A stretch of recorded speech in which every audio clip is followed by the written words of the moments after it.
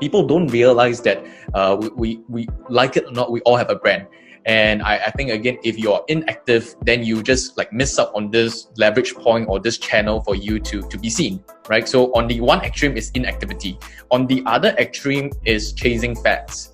So what I mean by chasing the next shiny thing is, case study was that one of my students from Malaysia, and she was very funny. She's a petite lady, but she's already a quart of table. So context say a quart of table is 3 times MDRT, which in the industry you're doing not too bad. In fact, pretty damn well, right?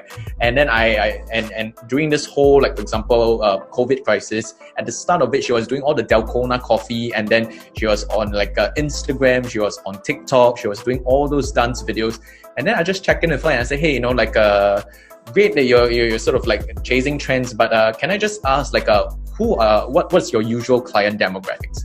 So we realized that her client demographics were actually people in the 40s and 50s and even 60s, Malaysian businessmen. They speak Mandarin. God.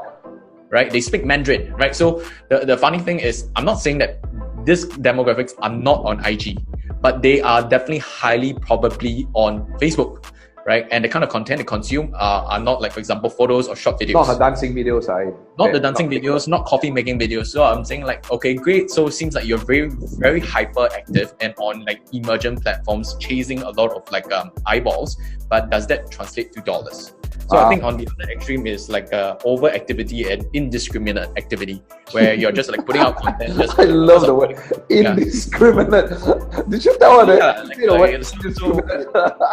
So the happy ending for her was that I realized that, hey, doing all this content is great. I mean, I'm all for experimentation, and for the period I also tried TikTok. I did the big tape video, and it was funny though. It was really funny. Yeah, I mean, just for the purposes of entertainment, why not, right? But if it's for strategic and for business, then we. I don't think you get a speaking contract by doing that.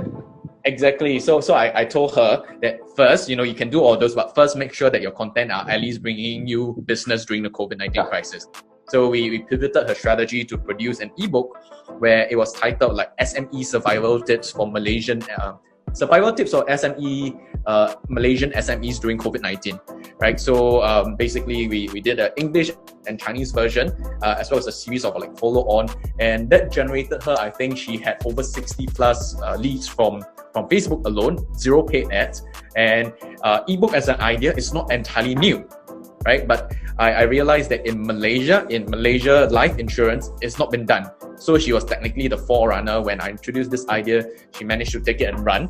And then that was how she basically grew out her entire pipeline during the Malaysian COVID crisis, that period.